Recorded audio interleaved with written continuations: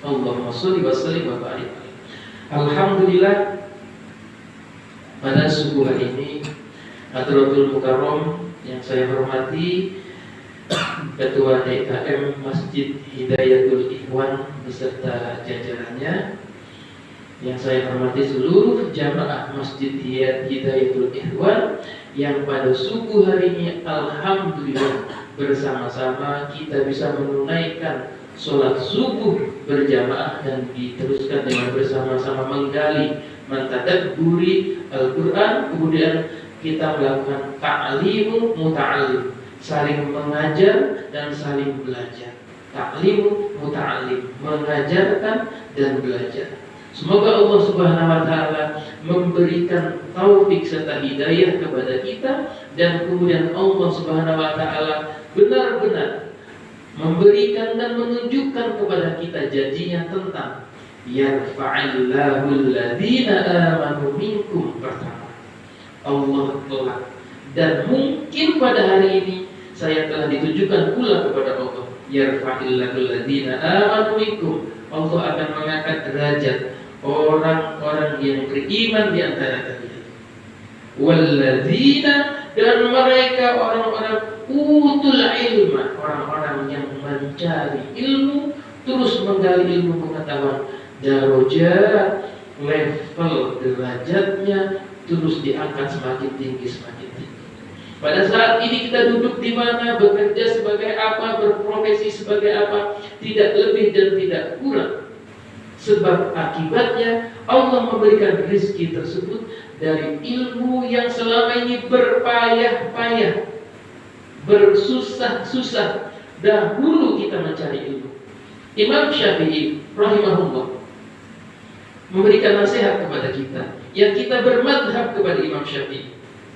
Man lam yaduk, barang siapa lam yaduk dhullat ta'allumi sa'atan. Atau ada juga di kaidah yang lain dengan redaksi malam yaduk murrat ta'allumi sa'atan. Barang siapa lam yaduk, belum pernah, tidak pernah merasakan pahitnya di dalam mencari ilmu.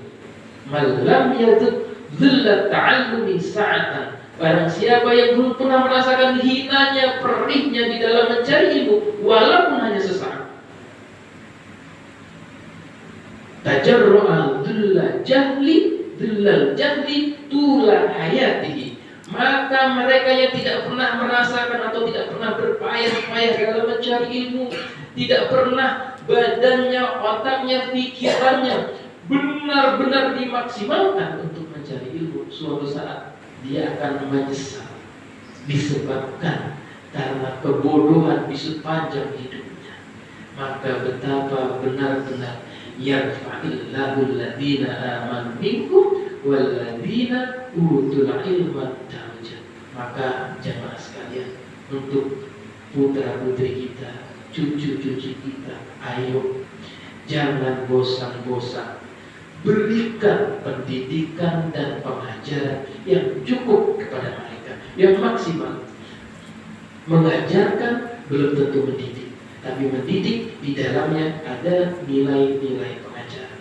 Alhamdulillah, semoga Allah memberikan kepada kita rahmat, taufik serta hidayah sehingga kita mampu terus meneladani Rasulullah sallallahu alaihi wasallam. A'udzu billahi minasyaitonir rajim. Bismillahirrahmanirrahim. Kajian kita dalam kitab Bulughul Maram yang biasanya kita memulainya dari Kitabul Jami' atau bab kitab yang melengkapi dari Bulughul Maram susunan Syekh Ibnu Hajar Al-Asqalani.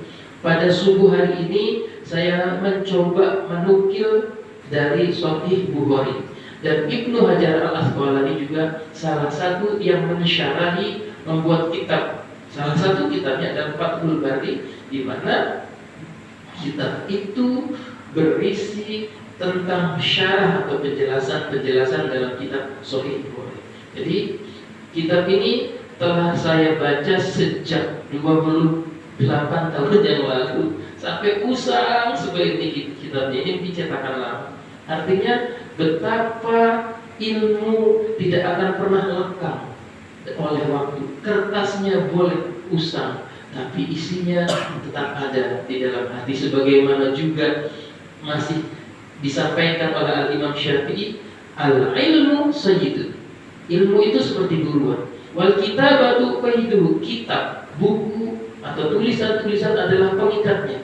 Qayyid suyudaka bil hibalil wasiqah, maka ikatlah ilmu yang telah kau dapat dengan ikatan yang kuat. Dulu mungkin dengan buku, dengan ditulis, dengan bermacam-macam cara. Sekarang mungkin ditulis di handphone, direkam dan lain sebagainya. Ini pengejawatan apa yang disampaikan oleh Imam Syafi'i. Jemaah sekalian, kita mengingatkan lagi, al-haditsu lughatan.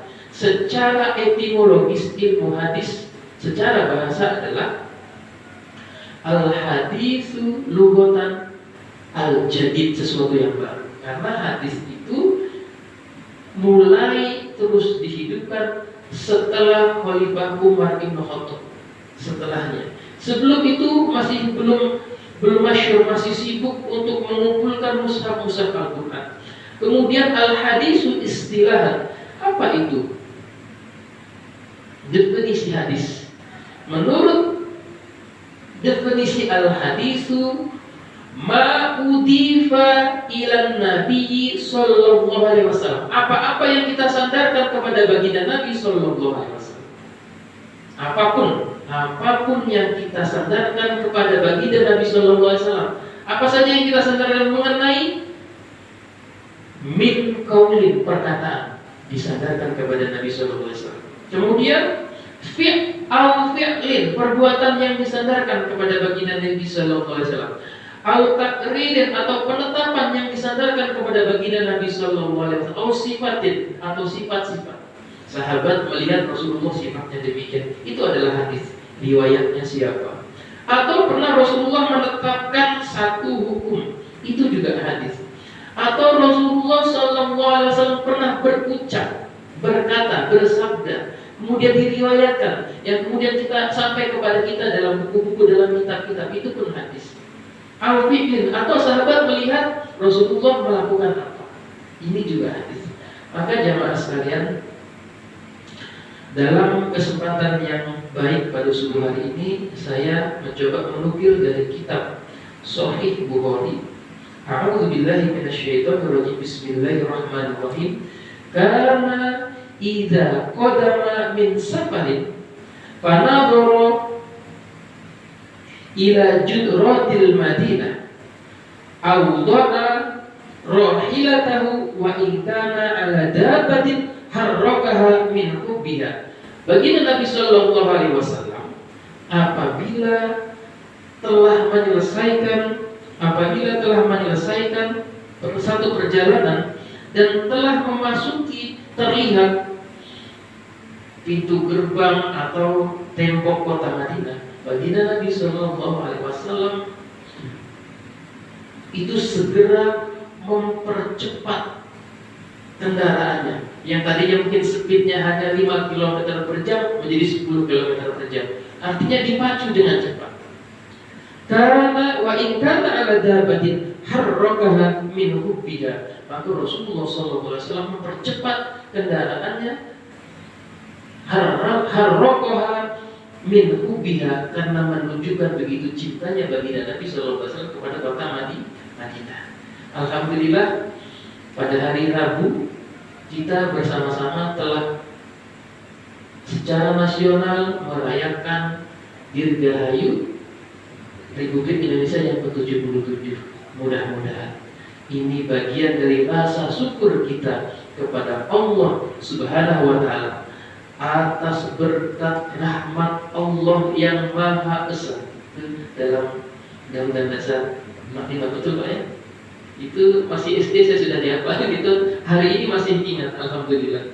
Artinya subhanallah, dibuka dengan rahmat Allah, bukan hadiah dari Belanda, bukan hadiah dari Jepang, bukan hadiah dari makhluk manapun, tapi kemerdekaan yang didapatkan oleh bangsa Indonesia pada saat itu, oleh para pahlawan dan para syuhada, khususnya dengan mempertaruhkan keringat, darah, air mata, bahkan nyawa para pejuang syuhada kita dan para pahlawan.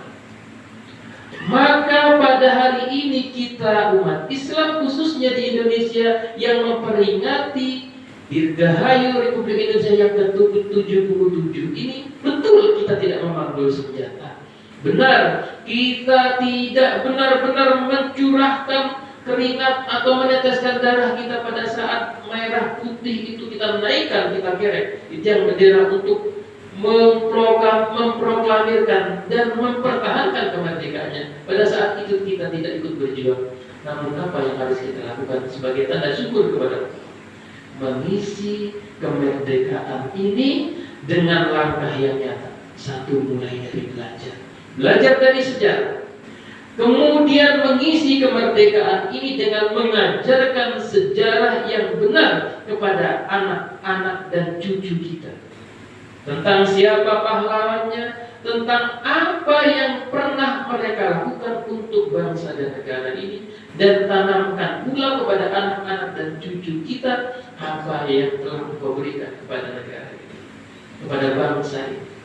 Bisa mungkin dulu memanggul senjata, hari ini mungkin kita mengukir prestasi dengan ilmu pengetahuan, dengan prestasi melalui olahraga, hafid yang berlomba di luar, anak-anak kecil yang usia di bawah 10 tahun yang hafid 30 juz, yang kemudian mengharumkan nama Indonesia walaupun tidak viral. Walaupun tidak viral, Masya Allah, tetapi nama Indonesia di luar sana, dengan anak kecil yang di bawah umur 10 tahun ini, dengan suaranya yang luar biasa Allah karuniakan kepadanya, yang pikirannya jernih begitu merekam 30 juz Al-Quran. Subhanallah, mengharumkan nama Indonesia. Mereka pahlawan. Anak-anak ini semoga ada di antara kelak anak-anak atau cucu bapak-bapak sekalian yang seperti mereka, menghafalkan Al-Quran, mengharumkan bangsa, negara dan agama Islam. Maka jamaah sekalian, tentunya pada kesempatan subuh hari ini saya ingin mengutip satu kuliah umum yang pernah disampaikan oleh Profesor Habib Abdullah Baharun. Beliau adalah Rektor Universitas Al-Ahqaf Yaman. Kuliah umum pernah disampaikan di salah satu pesantren di Kediri. Begini, ada 3 hal yang disampaikan oleh Profesor Baharun. Pada saat ini, apa yang melahirkan manusia untuk mendapatkan atau untuk mengeluarkan atau melahirkan cinta?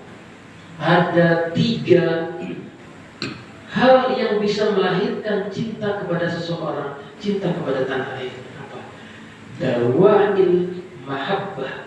Dawail mahabbah, ada 3 faktor yang menentukan kita sebagai manusia atau sebagai penduduk satu negeri, satu negara untuk mencintai negara. Yang pertama, al-jamal wal kamal. Kita tinggal di satu daerah, di satu negara yang di dalamnya ada keindahan, al-jamal wal kamal, ada kemuliaan. Masya Allah, jemaah sekalian, coba kalau kita saat ini berpikir di negara, untung saya di Al-Fakir ini tidak dilahirkan di negara yang di sana tuh yang bersang, yang subhanallah hujan itu 3 tahun sekali, yang kemudian Masya Allah mereka hanya menutup ibadahnya hanya bagian-bagian tertentu saja. Bahkan subhanallah, kita tinggal di daerah yang khatul istiwa. Khatul itu garis, istiwa itu begini Pak, perbatasan antara pagi mau ke siang, tergelincirnya matahari. Yang kemudian khatul istiwa itu menjadi bahasa Indonesia katulistiwa. Kita hidup di negara yang dilintasi garis katulistiwa. Kita ada siang, ada malam, ada musim hujan, ada musim panas, ada musim duren, ada musim duku, lengkap. Bahkan mungkin seluruh yang ada, buah-buahan yang ada di pasar Lembang, wa ala ali washabi ajmain, kita nggak hafal, di sana ada. Indonesia punya. Baldatun, negara, thayyibatun. Apa thayyibatun? Thayyibatun. Baldatun thayyibatun. Wa rabbun, Allah ghafurun, dan Allah mengampuni penduduknya. Subhanallah. Kalau nikmat kemerdekaan ini kita tidak syukuri, Masya Allah, bagaimana kalau diambil sama Allah nikmat kemerdekaan ini? Tidak merdeka dalam berpikir, tidak merdeka dalam berpendapat, tidak merdeka dalam menentukan sesuatu pilihan, tidak merdeka menjalankan agama atau keyakinan. Subhanallah, di Indonesia diberi kebebasan. Jamaah sekalian, Profesor Baharun menyampaikan al-jamalu wal kamal, yang kedua al-ihsan, kebaikan. Coba, subhanallah, luar biasa kebaikan kita hidup di Indonesia. Tata keramanya, tetangga, dalam kultur sosialnya, semua suku, ras di dalamnya luar biasa sopannya. Walaupun punya karakteristik masing-masing dalam berkomunikasi. Betul, saudara kita yang di Jawa ini bahasanya halus. Tapi jangan coba-coba. Kalau kehormatannya sudah diinjak, dia akan bangkit melawan untuk memperebutkan dan untuk memerdekakan dirinya. Saudara kita yang di daerah Sumatera, terutama saudara kita yang di daerah Sumatera Utara, bahasanya tegas, lugas, pedas, tapi hatinya selembut salju. Masya Allah. Ini Indonesia. Apa yang tidak punya di Indonesia? Yang pertama, kata Profesor Baharun, faktor yang bisa menimbulkan rasa cinta seseorang kepada negaranya, satu, al-jamalu wal kamal, keindahan dan kesempurnaan negeri tersebut. Yang kedua, al-ihsan, kebaikan-kebaikan yang ada di negeri tersebut. Dan yang ketiga ini, subhanallah, ad-din. Ternyata agama mayoritas juga menentukan kemudian seseorang bisa timbul mahabbah, rasa cinta kepada tanah air. Maka kemudian qolal asar, ulama berkata, hubbul waton minal iman. Ingat, hubbul waton minal iman ini bukan hadis Bapak-bapak. Ini adalah qolal asar, ulama berkata, substansinya bagus, mencintai tanah air, mencintai negara, minal iman, bagian daripada iman. Maka kembali kepada hadis yang tadi saya baca, kita melihat, coba, Rasulullah Sallallahu Alaihi Wasallam fi bada'il wahyi, di awal-awal wahyu diturunkan, Rasulullah Sallallahu Alaihi Wasallam pernah disampaikan kepada beliau oleh Waraqah bin Naufal, sepupu dari Sayyidah Khadijah. Maka apa yang disampaikan Naufal, Waraqah bin Naufal kepada baginda Nabi Sallallahu Alaihi Wasallam? Ya Muhammad, wahai Muhammad, ya laitani juz'an, seandainya, ya laitani juz'an id yukhrijuka qaumuka, seandainya aku kelak punya waktu dan bisa menyaksikan engkau menerima wahyu ini. Ya laitani hayyan la ansuruka nasran mu'azzar, seandainya aku kelak bisa melihat kejadian dengan engkau menyampaikan ini, bahwa yang datang kepada engkau ini hadan namus. Namus itu malaikat Jibril. Bahasa lainnya namus itu malaikat Jibril. Hadan namus, ia adalah Jibril yang pernah datang kepada Musa, dan kemudian Musa pernah diusir dari negerinya sendiri. Betul, Nabi Musa pernah diusir dari negerinya sendiri oleh Fir'aun. Kemudian dia kembali lagi. Hadan namus, bahwa yang datang kepada engkau yang menyampaikan kepadamu Iqra, ini adalah malaikat Jibril. Maka kelak engkau menyampaikan risalah ini, niscaya seandainya aku menyaksikan engkau menyampaikan risalah ini, engkau akan diusir dari negerimu. Ya laitani hayyan, seandainya pada saat itu aku masih hidup, la ansuruka ya Muhammad mu'azzar, seandainya waktu itu pada saat engkau diusir dari negerimu Mekah, maksudnya aku masih hidup dan aku masih kuat, la ansuruka mu'azzar, niscaya aku akan menolong engkau dengan seluruh kemampuanku. Padahal Waraqah bin Naufal ini ahli kitab, tapi dia membaca dari literatur kitab itu, Injil pada saat itu, bahwa tanda-tanda ini betul dia adalah pembawa risalah kenabian. Maka Sallallahu Alaihi Wasallam berkata, qala Rasulullah, au mukhrijiyahum, apakah benar suatu saat saya akan diusir dari kampung saya, dari negeri saya Mekah? Subhanallah. Jadi Rasulullah SAW di sini menunjukkan sebegitu cintanya baginda Nabi SAW kepada pertama Mekah. Maka wajib juga hukumnya bagi kita umat Islam, dan itu bagian dari kita mengikuti sunnah baginda Nabi SAW untuk mencintai Indonesia dengan sekuat tenaga. Caranya didik anak-anak kita dengan memberi pendidikan agama dan pendidikan-pendidikan untuk menjawab persoalan hidupnya. Apa yang hari ini persoalan hidup kita hadapi tidak akan sama yang akan dihadapi oleh anak cucu kita. Bisa jadi anak-anak kita nanti persoalan hidupnya jauh lebih sulit dari kita. Sekarang al-yawma nakhtimu ala afwahihim, surah apa Pak? Ya, Yasin. Al-yawma nakhtimu ala afwahihim. Coba sama-sama. A'udzu billahi minasy syaithanir rajim. Bismillahirrahmanirrahim. Al-yawma nakhtimu ala afwahihim wa tukallimuna aydihim wa tashhadu arjuluhum bima kanu yaksibun. Ini ayat disampaikan untuk nanti pada yaumil qiyamah, pada hari itu, pada saatnya nanti. Al-yawma nakhtimu ala afwahihim, mulut itu akan terkunci. Wa tukallimuna aydihim, pada saat itu tangan akan berbicara.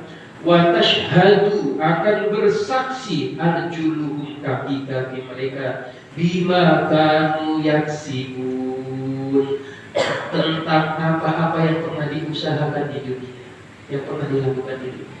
Saya dalam bekerja di tempat kerja saya bagaimana dalam mengolah proyek, tender dan lain sebagainya, tentang yang boleh dan tidak boleh, yang haram, yang halal, sunat, yang kabuat muslimat.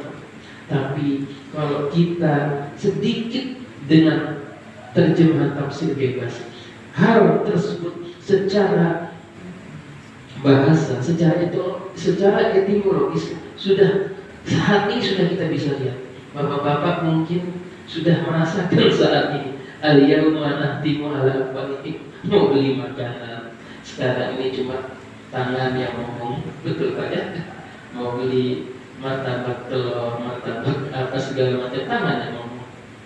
Al-yawma nakhtimu, sekarang sudah diam aja Bu. Waktu kali mulai ini tangan ngomong, klik. Wa tashhadu arjuluhum, kakinya bersaksi sampai kepada kita ordenan. Itu terjemahan bebas singkat, terjemahan kecil. Betul Pak? Bagaimana nanti di sana? Apa yang pernah kita lakukan di dunia? Umar dulu kan mengatakan, subhanallah, mulut dikunci Pak. Ini memang kenapa mulut dikunci sama Allah pada saat itu? Mulut ini gampang bohong, tidak bertulang, subhanallah. Mohon maaf Pak Ketua DKM, saya pernah dengar berita tetangga saya itu, saya sempat kaget waktu itu. Tetangga saya cerita, Pak Umar, ini di kampung saya itu ada bayi lahir, tapi tulangnya nggak ada. Kaget saya. Oh, kok bisa? Iya, tulangnya lagi di Jakarta. Ternyata tulang itu bahasa di sana paman ya.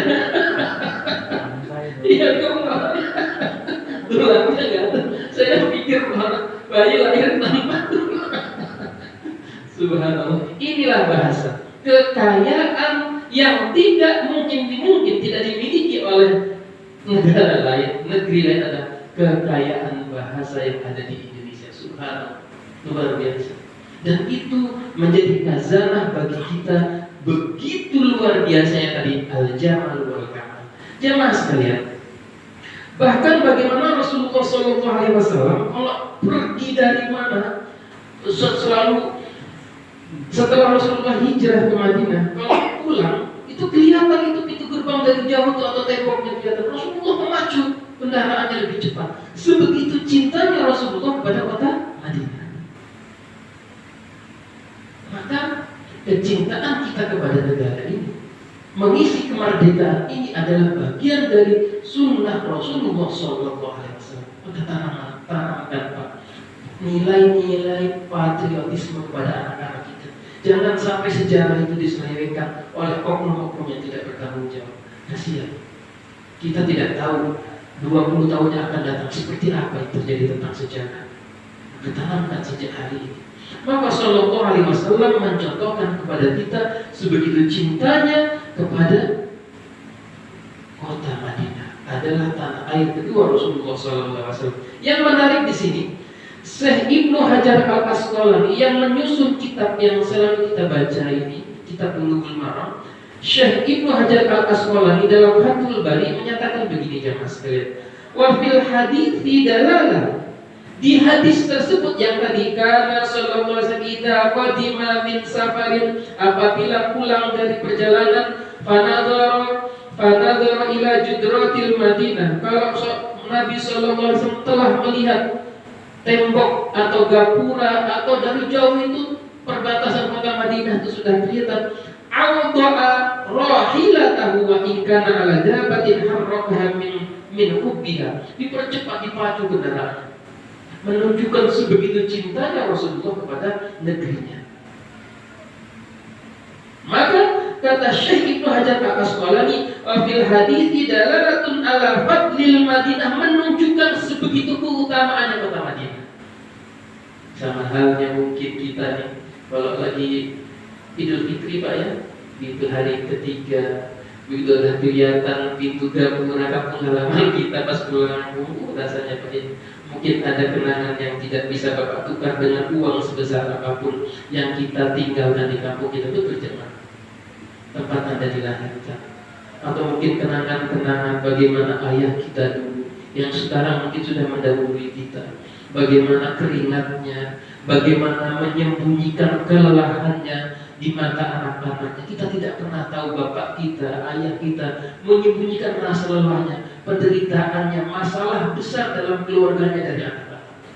Atau bagaimana lelahnya orang tua kita, ibu kita, yang malam-malam waktu tidurnya habis hanya untuk dihabiskan mengurusi kita. Yang mungkin kenangan-kenangan terindah saat Anda disuapi dulu dengan ibu, dengan bapak, pelukan hangat orang tua yang Anda tidak semua dapatkan itu di tempat lain. Atau kehangatan cerita ayah kita, atau kehangatan ibu kita pada saat menyajikan makanan, kemudian makan bersama, atau setiap suapan yang pernah kita rasakan yang ibu kita telah berikan kepada kita. Anda tidak pernah dapatkan itu di tempat lain. Subhanallah. Maka itu Rasulullah tidak pernah dapatkan pula di negeri yang lain selain kota Madinah. Begitu Rasulullah SAW cintanya kepada kota Madinah. Ala fadlil Madinati wa masyru'iyatu hubbil watan, menunjukkan bahwa cinta kepada kota Madinah itu bagian dari syariat Islam. Masyru'iyatu hubbil watan artinya cinta tanah air adalah bagian dari syariat Islam, bagian dari apa yang baginda Rasulullah SAW sampaikan. Maka mari kita lihat surah Al-Qasas ayat berapa tadi? 85. Silakan dibuka. Siapa yang mau baca silakan, salah satu di antara kita.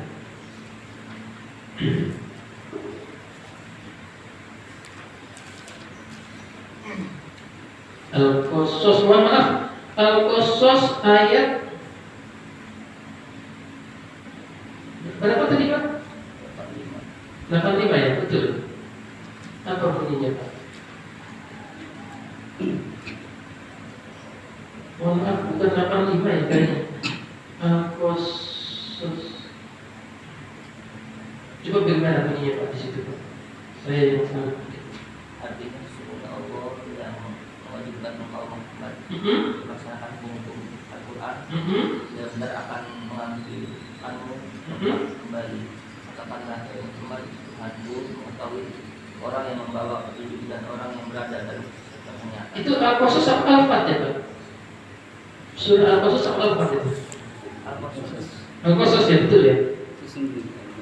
Laqad sadaqallahu rasuluhu ru'ya bil haqq, betul. juga. Salah ya? Innal ladzina ya? Innal ladzina farada 'alaikal Qur'an